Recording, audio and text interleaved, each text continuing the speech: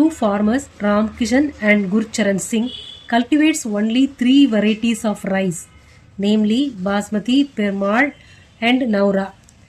The sale in rupees of these varieties of rice by both the farmers in the months of September and October are given by the following matrices A and B. So 2 farmers இருக்காங்க, Ram Kishan and குர்ச்சரன் சிங்னட்டு. அவங்களோட cultivation September மாதத்துலேயும் October மாதத்துலேயும் பண்ணியிருக்காங்க. So எவ்வளோ sales ஒவ்வொரு ரைஸ்லேயும் அவங்களுக்கு இருந்துச்சு அப்படின்னு கொடுத்துருக்காங்க. Okay, இந்த செப்டம்பர் மாதத்தில் ராம் கிஷன் பாஸ்மதியில் 10,000, பெருமாள்ன்ற ரைஸில் 20,000, நௌராவில் 30,000 அப்படி ஏர்ன் பண்ணியிருக்காரு, சேல் ஆயிருக்கு. அதே மாதிரி அக்டோபர் மந்த்லேயும் ஒவ்வொரு டைப் ஆஃப் ரைஸ்லேயும் ஒவ்வொருத்தரும் எவ்வளோ சேல் பண்ணியிருக்காங்கன்னு கொடுத்துருக்கு. என்ன கேட்டிருக்காங்கன்னு பார்க்கலாம். Find the combined sales in September and October for each farmer in each variety. 2 மாதத்துலேயும் combined sale in September and October, 2 மாதத்துலேயும் சேர்த்து ஒவ்வொரு வெரைட்டிலையும் ஒவ்வொரு ஃபார்மரும் எவ்வளோ ஏர்ன் பண்ணியிருக்காங்கன்னு கேட்டிருக்காங்க. அப்போ என்ன, ராம்சரண் பாஸ்மதியில் ஏர்ன் பண்ணது செப்டம்பர்லேயும் அக்டோபர்லேயும் என்ன ஏர்ன் பண்ணாங்க அதை ஆட் பண்ணு. அடுத்து செப்டம்பரில் பெருமாள் அப்படின்ற ரைஸ், இது ரெண்டும். ஸோ அதே மாதிரி குர்ச்சரனும் ஒவ்வொரு ஐட்டத்தையும் ஆட் பண்ணுங்கள், கரஸ்பாண்டிங் டேர்ம்ஸை ஆட் பண்ணுறோம், ஜஸ்ட் அன் அடிஷன். அதான் combined sale in September and October. அப்படின்னா இந்த மேட்ரிக்ஸ் ஏ, இந்த மேட்ரிக்ஸ் பி. ஸோ ஏ ப்ளஸ் பி தான் கண்டுபிடிக்கணும். இப்போ ஏ ப்ளஸ் பி எழுதியிருக்கேன். இப்போ கரஸ்பாண்டிங் டேர்ம்ஸ் எல்லாம் ஆட் பண்ணலாம். A1 1, A11 A11 ஆட் பண்ணுறேன். ஸோ 15,000 நமக்கு கிடைக்கும். அடுத்தது 30,000, நெக்ஸ்ட் ஒன் 36,000, 70,000, இது வந்து 20, 40,000, 20,000 வந்திருக்கு. இது மொத்தமாக ராம் கிஷன் அவர் சேல் பண்ணது. இது குர்ச்சரன் இவர் ஏர்ன் பண்ணது, இவர் சேல் பண்ணது. சரி, அடுத்த டிவிஷன் போகலாமா? Find the decrease in sales from September to October. செப்டம்பர்லேருந்து அக்டோபர் எவ்வளோ சேல்ஸ் டிக்ரீஸ் ஆயிருக்குன்னு கேட்டிருக்காங்க. அப்போ A மைனஸ் B கண்டுபிடிக்கணும். அப்போ 10,000 மைனஸ் 5,000, 20,000 minus 10,000, 30,000 minus 6,000. ஒவ்வொரு டேர்மையும் அதே மாதிரி மைனஸ் பண்ணி எழுதணும்.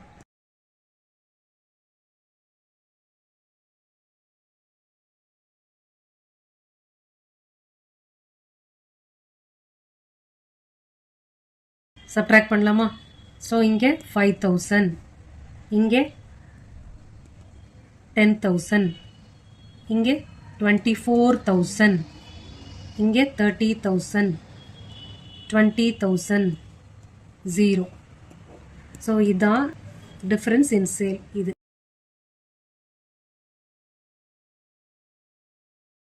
இது டிவிஷன் 1, இது டிவிஷன் 2. தேர்ட் டிவிஷன் பார்ப்போமா? If both farmers receive 2% profit on gross sale, compute the profit for each farmer and for each variety sold in October. October மாதம் சேல் பண்ணதில் 2% ப்ராஃபிட் அவங்களுக்கு கிடைச்சிருக்கு. ஸோ எவ்வளோ ப்ராஃபிட் கிடைச்சிது அப்படின்னு கேட்டிருக்காங்க. அக்டோபர் மந்த் அப்படின்னும் போது இந்த மேட்ரிக்ஸ் தான் எடுக்கணும். இதுதானே அக்டோபர் சேலு. ஸோ அக்டோபர் சேலில் 2% ப்ராஃபிட். அப்போ 2% ஆஃப் பி தான் நம்ம இப்போ கால்குலேட் பண்ணணும்.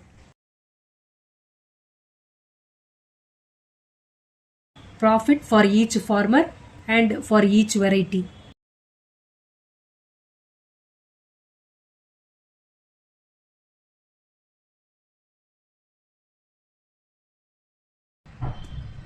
Sold in October. That is 2% of B. B na enna இந்த மேட்ரிக்ஸ் இதுதான். B ல சேல் பண்ண காஸ்ட் இவ்வளவுக்கு சேல் பண்ணியிருக்காங்க. அப்போ 2% ஆஃப் திஸ் ஒன் கண்டுபிடிக்கணும். ஸோ 2% ஆஃப் பி அப்படின்னா 2% என்ன? 2/100 of B.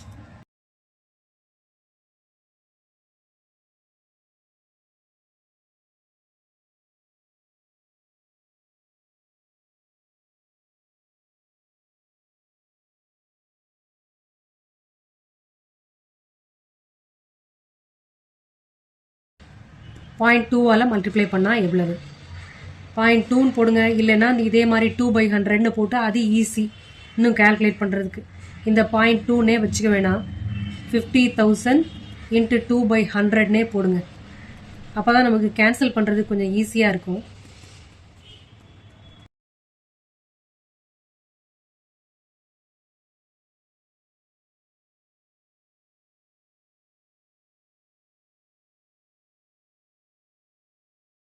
இப்படி இருக்குல்ல, 2 0 கேன்சல் பண்ணிடலாமா?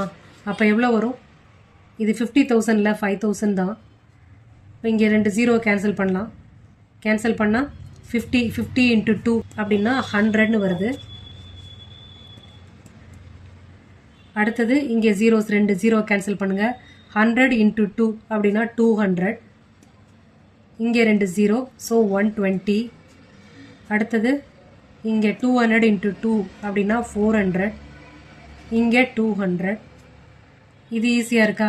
100 × 2 200. இப்படியே போட்டுக்கோங்க. 2%ன்னு போட்டிங்கன்னா கால்குலேட் பண்ண கொஞ்சம் டிஃபிகல்ட்டாக இருக்குது.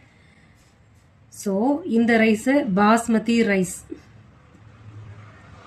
பாஸ்மதி ரைஸ். இது பெருமாள், இது நௌரா, இது ராம் கிஷன், இது குர்சரன். அவங்களோட ஏர்னிங். ஓகே, இப்போ அக்டோபர் மாதத்தில் அவங்கள எவ்வளோ மணி ரிசீவ் பண்ணாங்க ஆஸ் ப்ராஃபிட் அப்படின்னு எழுதணும். So receives ₹100, ₹200, ₹120 as profit. Ram கிஷனுக்கு பதில் ராம்னு எழுதுகிறேன். Ram receives ₹100, ₹200, ₹120 as profit in sale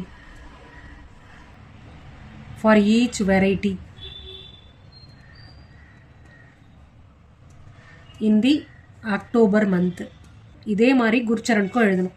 so குர்சரன் receives இதே மாதிரி எழுதிருங்க. இதெல்லாம் அவங்க ஏர்ன் பண்ண.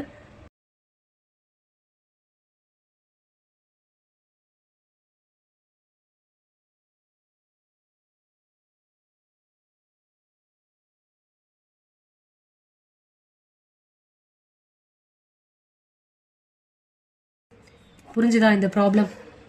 இதில் ஒன்று மட்டும் நோட் பண்ணணும். என்னன்னு சொல்கிறேன்.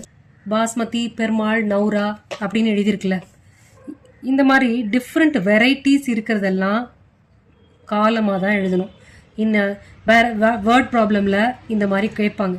வேர்ட் ப்ராப்ளமாக கொடுத்துருவாங்க. இந்த அமௌண்ட்டெல்லாம் சாதாரணமாக வேர்ட்ஸில் கொடுத்துருப்பாங்க.